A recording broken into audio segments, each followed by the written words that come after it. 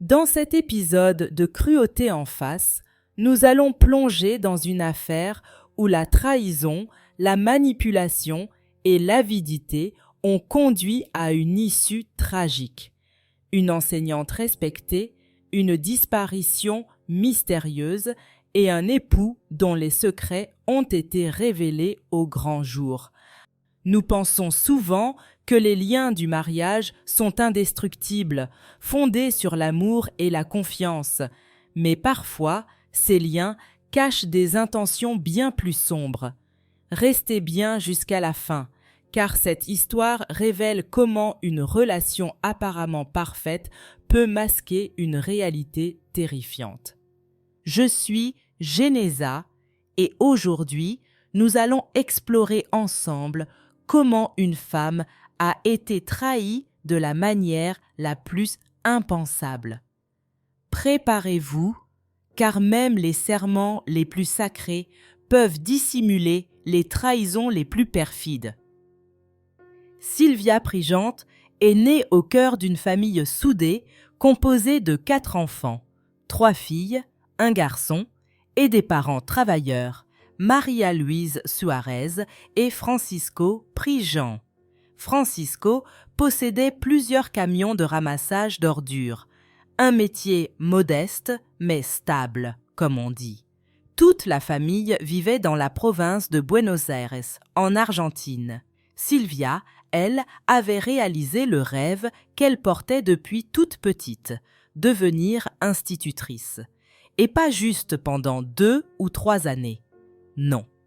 Elle avait consacré 27 ans de sa vie à l'enseignement. Elle exerçait au Collège San José, à Tigre, un endroit où elle passait ses journées entières à enseigner à ses élèves de première année, avant de rentrer chez elle, retrouver son fils Nahuel, 14 ans, et s'occuper de son foyer. Elle avait rencontré Daniel Speyer lorsqu'elle était encore jeune. Ils étaient tombés amoureux, s'étaient mariés. Une histoire classique. Daniel, lui aussi, baignait dans le monde des ordures, littéralement. Il dirigeait une entreprise florissante de collecte de déchets. Une belle flotte de camions qui sillonnait les quartiers résidentiels du coin. Mais derrière cette réussite apparente, il y avait des tensions, des fissures dans le vernis. Parce que malgré les liens forts de Sylvia avec sa famille, les siens, n'avaient jamais vraiment accepté Daniel. Les relations étaient tendues. Un vieux conflit les hantait. Le père de Sylvia avait un jour accusé son gendre de s'être approprié une grosse somme d'argent provenant des recettes du ramassage. Et pourtant, sur le papier, tout semblait aller pour le mieux. À la fin de l'année 2011, le couple roulait sur une voie confortable. Maison agréable à San Fernando, quartier plutôt huppé, statut social solide. Ils venaient de fêter Noël et se préparaient tranquillement à célébrer le Nouvel An. Sylvia, elle, avait même prévu de profiter de l'été comme il se doit. Tout était réservé. Billets, hôtels, cap sur les chutes d'Iguazú, à la frontière entre l'Argentine et le Brésil. Le voyage devait se faire en janvier, avec son fils et un couple d'amis. Mais voilà, parfois, même les plans les mieux ficelés peuvent basculer dans l'horreur. Et c'est là que la descente aux enfers a commencé.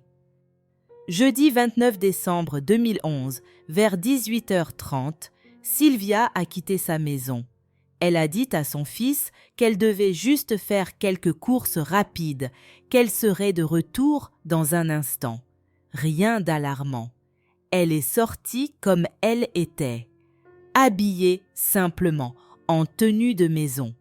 Pas de changement de vêtements, juste son téléphone, son sac à main et son portefeuille.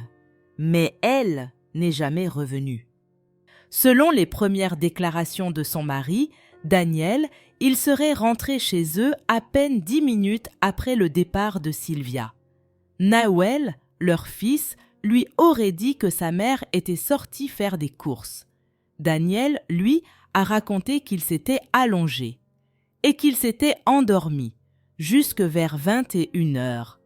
Quand il s'est réveillé, toujours aucun signe de Sylvia, pas d'appel, pas de message. La famille, de son côté, avait aussi essayé de la joindre, en vain. Le téléphone sonnait dans le vide, ou alors il était éteint. Batterie vide, coupée volontairement, on ne savait pas. Et très vite, l'inquiétude a pris le dessus. Daniel s'est alors rendu au commissariat de San Fernando pour signaler la disparition. La plainte, elle, n'a été officiellement enregistrée qu'au petit matin du vendredi 30 décembre. Accompagné d'une patrouille, le mari a entamé une tournée. Hôpitaux, places publiques, centres d'assistance, même les bingos du coin. Rien. Pas la moindre trace de Sylvia. Pour sa famille, ce 29 décembre, ça a été le début d'un long calvaire, une spirale de stress, d'angoisse et d'espoir qui s'épuise. Ils ont contacté tout ce qu'ils ont pu, amis, collègues, connaissances, quiconque aurait pu savoir où elle était. Ils ont arpenté tous les lieux qu'elle avait l'habitude de fréquenter. Et puis, ils ont imprimé des centaines de tracts avec sa photo. Ils les ont distribués partout, avec les numéros de ses frères, au cas où quelqu'un saurait quoi que ce soit. Les jours suivants, une première piste a émergé.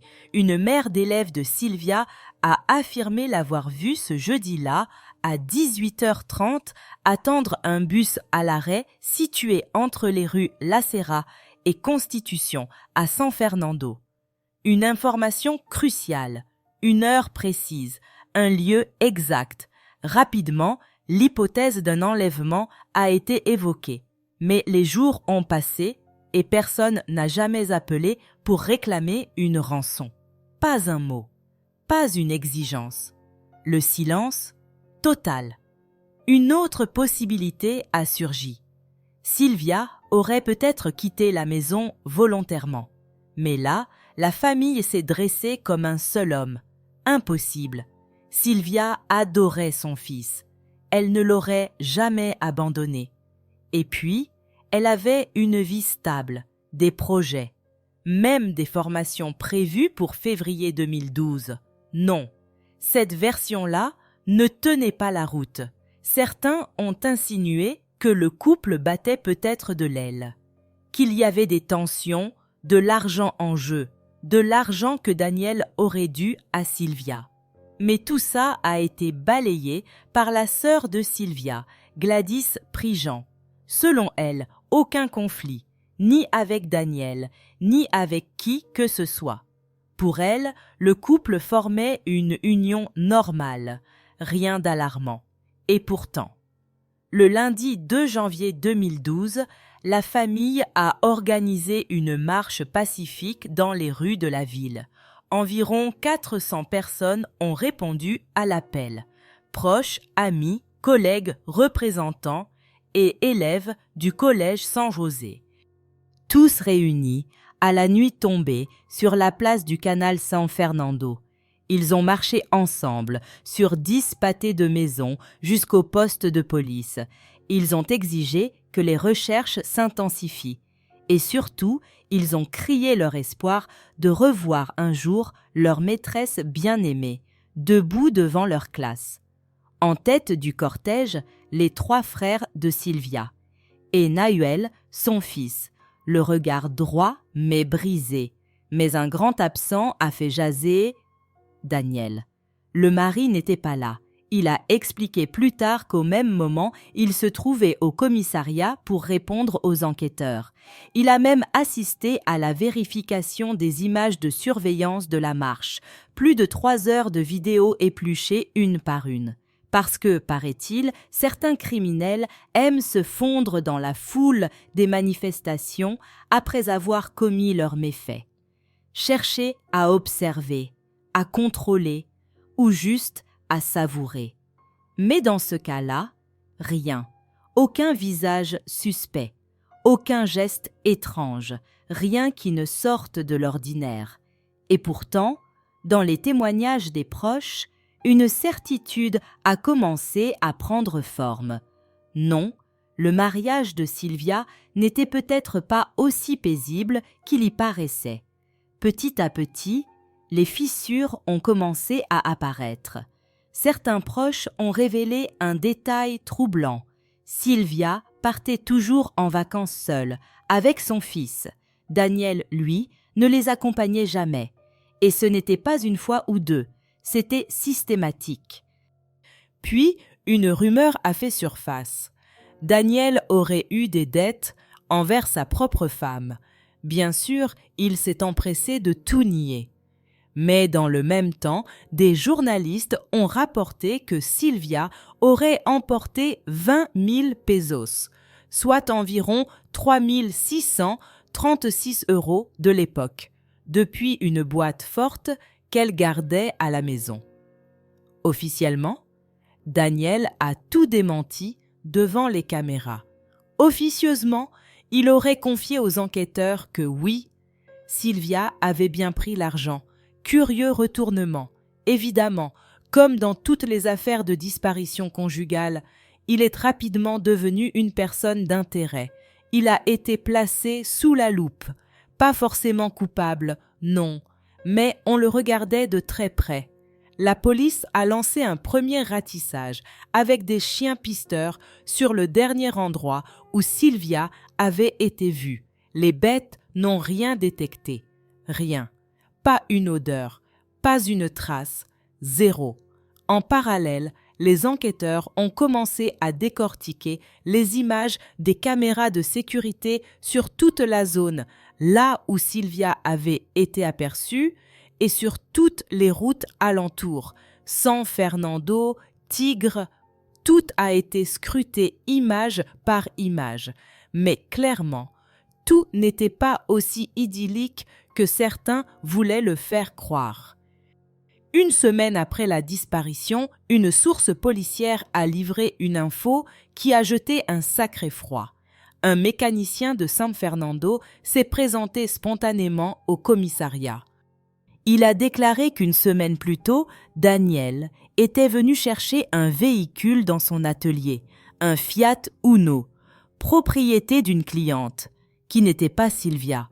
Le plus croustillant, le mécanicien a dit avoir reconnu Daniel à la télé. C'était l'homme qui s'était présenté chez lui, au volant d'une voiture rouge. Et quelques jours plus tard, la véritable propriétaire du Fiat Uno est venue au garage. Elle a expliqué que le type qui avait récupéré sa voiture était son petit ami et qu'il avait des soucis avec sa femme. Autant dire que cette déclaration a déclenché un sacré remue-ménage. Daniel, de son côté, s'est défendu bec et ongles.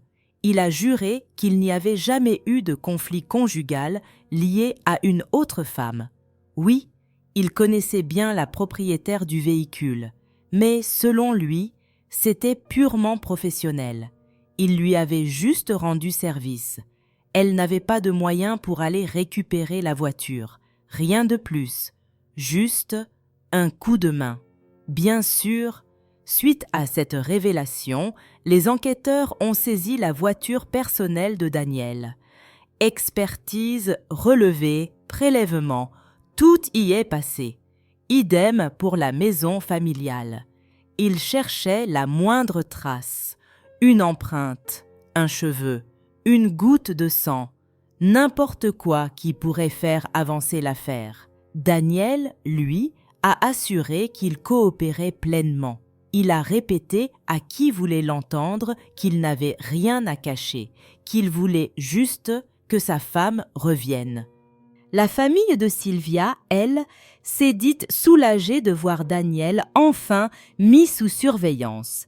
Mais un détail en particulier les a fait tiquer. Daniel a déclaré que le jour de sa disparition, Sylvia avait pris ses lunettes avec elle. Un détail anodin, pas vraiment, parce que selon sa propre version, il est rentré après que Sylvia soit partie. Alors, comment pouvait-il savoir ce qu'elle avait emporté dans son sac? C'est ce qu'a souligné Gladys, la sœur de Sylvia. Une incohérence, un point d'interrogation. Un mensonge? Allez savoir. Puis est arrivé le 6 janvier 2012, le jour de l'Épiphanie. Et ce jour-là, le destin a fait un signe. Un coup de fil anonyme est parvenu à la famille de Sylvia. Une voix inconnue a donné des informations sur l'endroit où elle pourrait se trouver. La police s'est immédiatement déplacée. Chiens pisteurs, agents, secteur bouclé. Toute la matinée, ils ont fouillé la zone indiquée par l'appel. Mais une fois encore, rien. Puis, le lendemain matin, le silence s'est brisé. Dans le quartier d'Escobar, des aboiements ont réveillé les habitants. Les chiens policiers tournaient autour d'une maison.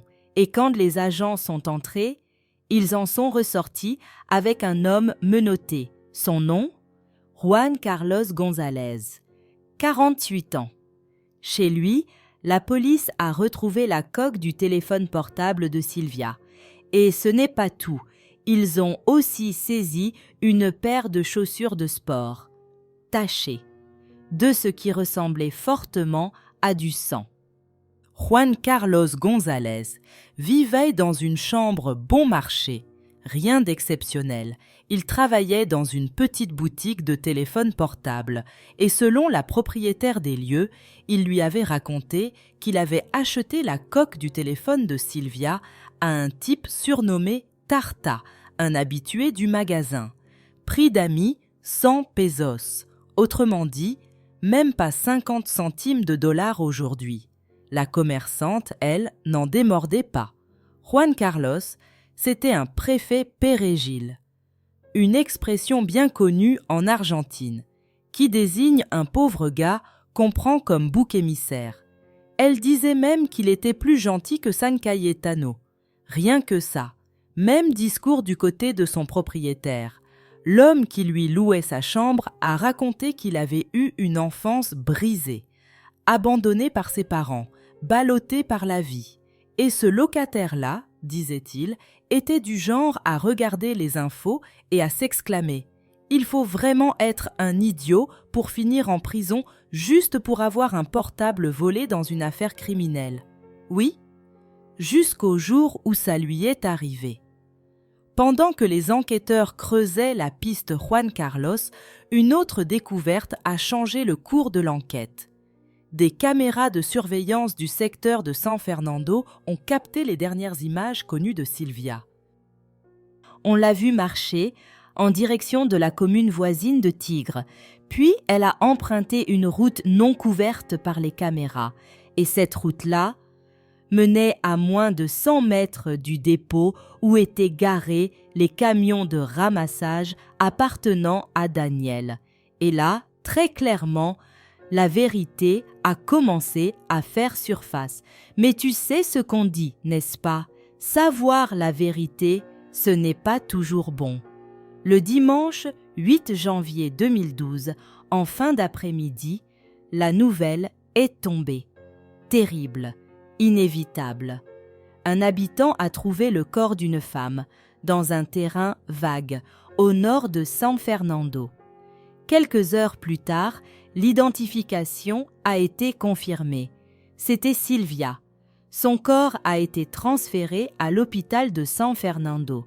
Les autorités, elles, se sont immédiatement murées dans le silence. Pas de déclaration, pas de détails, pas avant d'avoir les résultats de l'autopsie. Pendant ce temps, les spécialistes examinaient la zone où le corps avait été découvert, mètre par mètre, indice par indice. Une seule voix s'est exprimée publiquement, celle du procureur Cosme Iribarren. Il a juste indiqué que des éléments cruciaux avaient été retrouvés sur les lieux. Et puis, un détail a glacé le sang.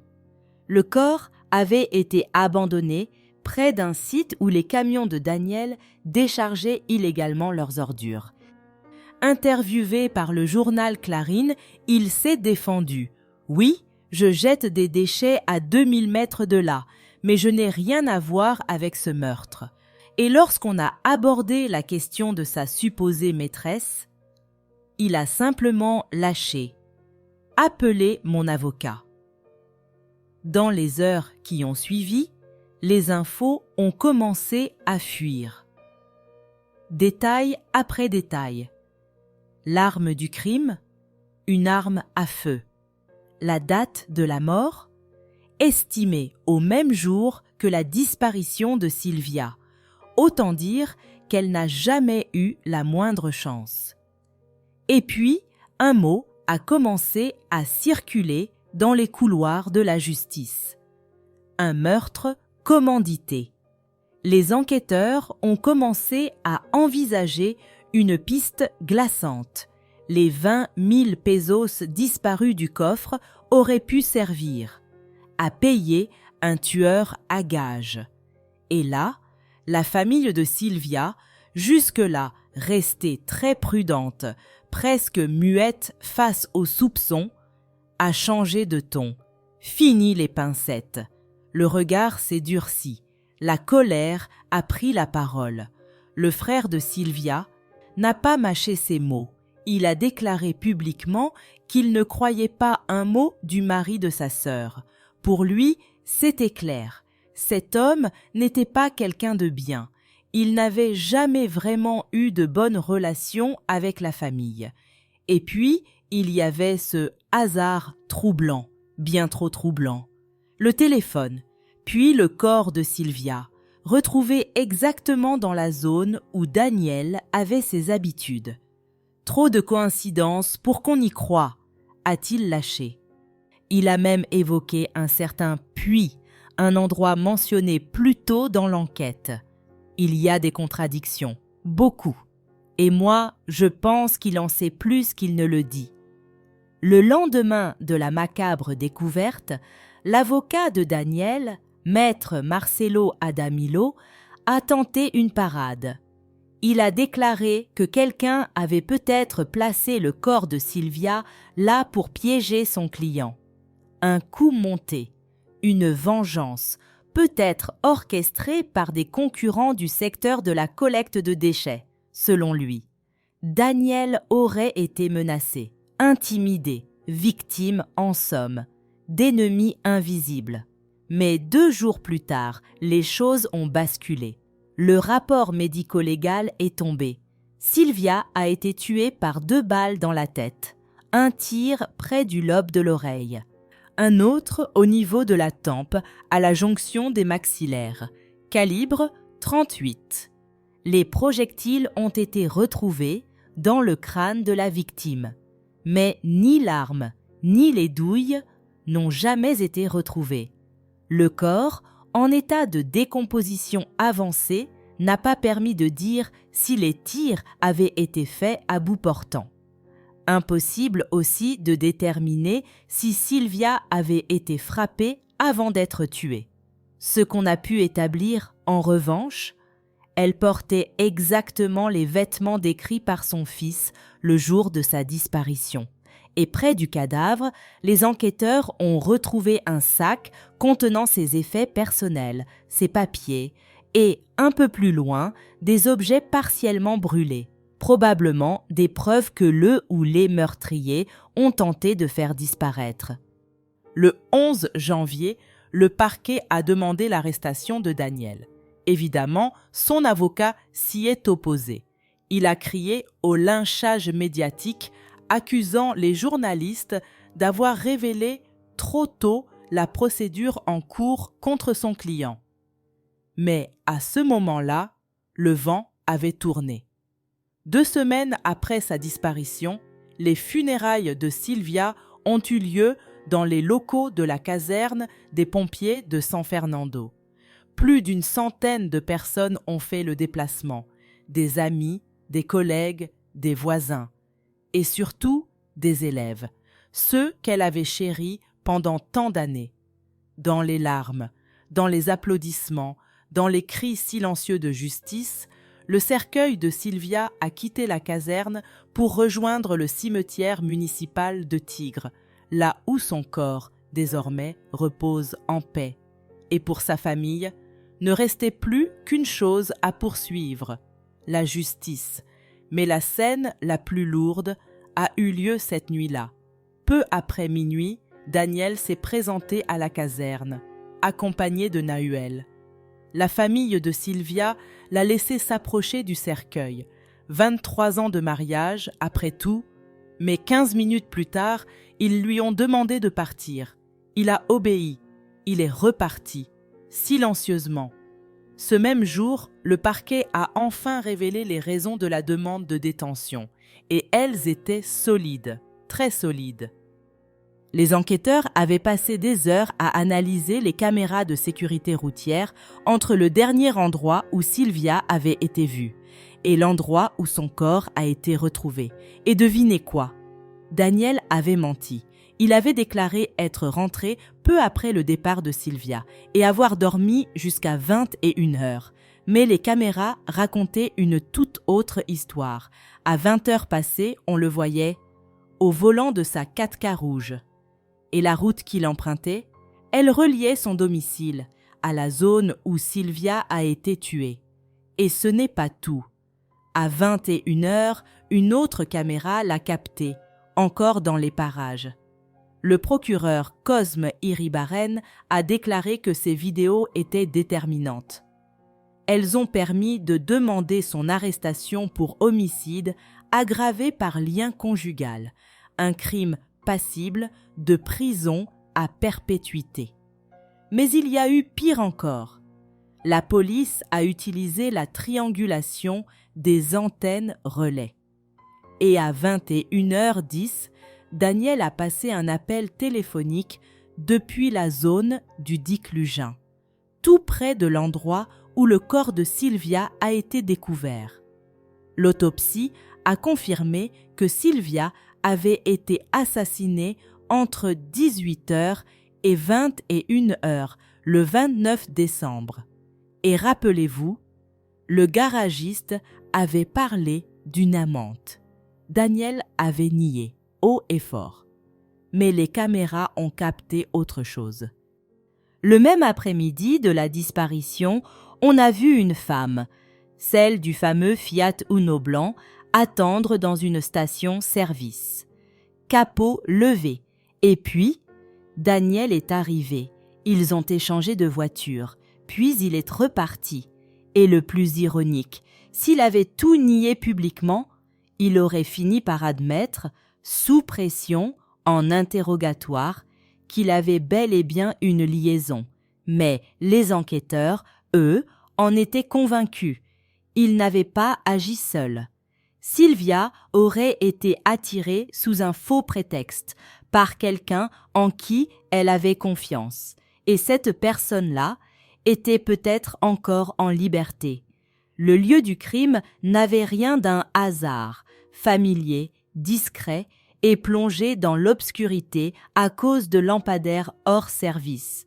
Un feu y avait été allumé, probablement pour effacer les preuves, avant que le corps ne soit traîné sur plusieurs mètres. C'est un passant, alerté par l'odeur, qui a découvert la scène.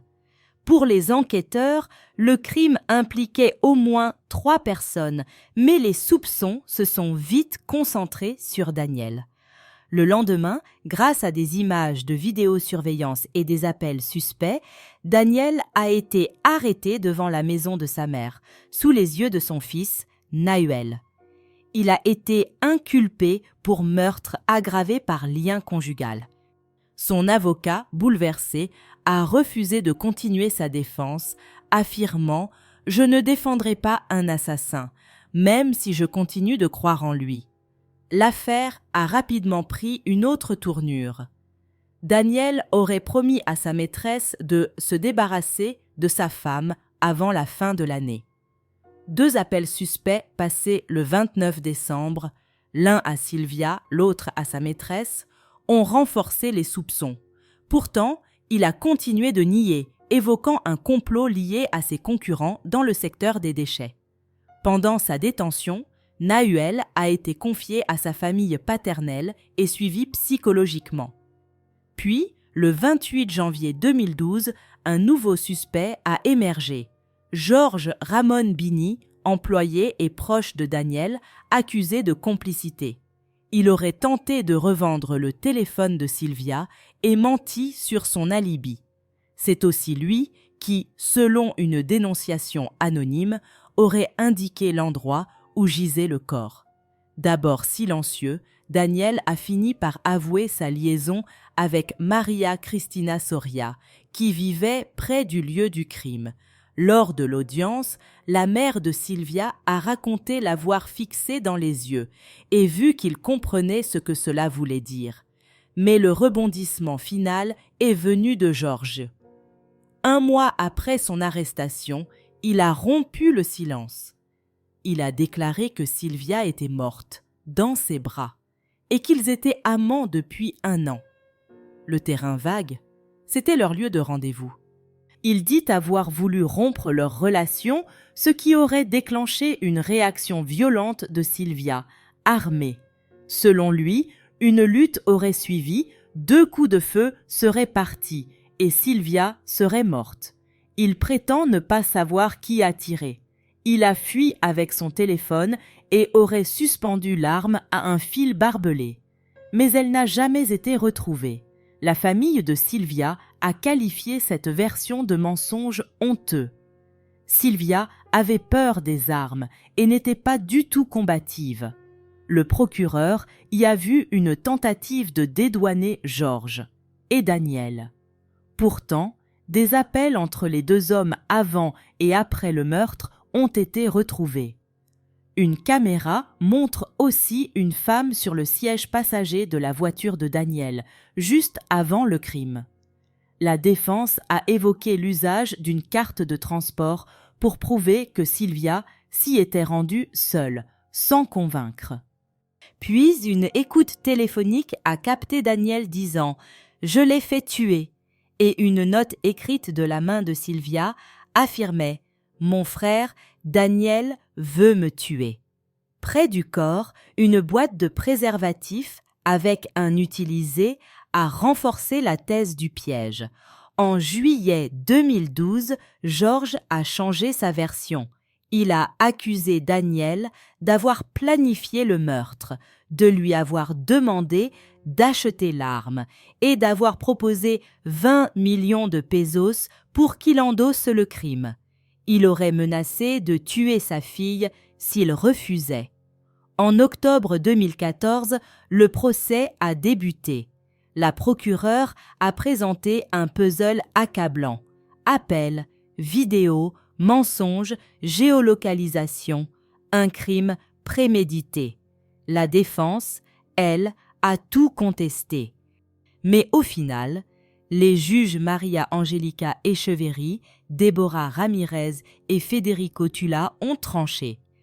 Daniel Speyer, Georges Bini, coupables, tous les 2, condamnés à la prison à perpétuité. En Argentine, cela représente au moins 35 ans derrière les barreaux. Mais ce n'est pas tout. Les juges ont également ordonné des poursuites pour faux témoignages contre la maîtresse de Daniel, contre le compagnon de cette femme au moment du procès, et même contre Nahuel, le fils de Sylvia. Évidemment, Daniel a fait appel. Mais en 2015, la Cour de cassation pénale de Buenos Aires a confirmé le verdict. Puis, en mai 2022, la Cour suprême de justice argentine a rendu le jugement définitif. Daniel Speyer, âgé de 61 ans, ne pourra prétendre à une libération conditionnelle avant le 12 janvier 2047. Il aura alors 86 ans. Georges, lui, n'a jamais fait appel. Il purge sa peine dans la prison de Lisandro Olmos. Daniel est incarcéré à la prison de Campana. Et Sylvia, enfin, a eu justice. C'est tout ce qu'on voulait, qu'elle puisse reposer en paix et qu'un monstre comme lui ne détruise plus jamais de vie. 23 ans de mariage, un fils adolescent, une belle maison, une vie stable. Le rêve, non? Mais ce rêve s'est effondré, brutalement, et 10 ans plus tard, le nom de Sylvia Prigent résonne encore. Un monument à sa mémoire a été inauguré à Tigre, un rappel de ce qui ne doit plus jamais arriver.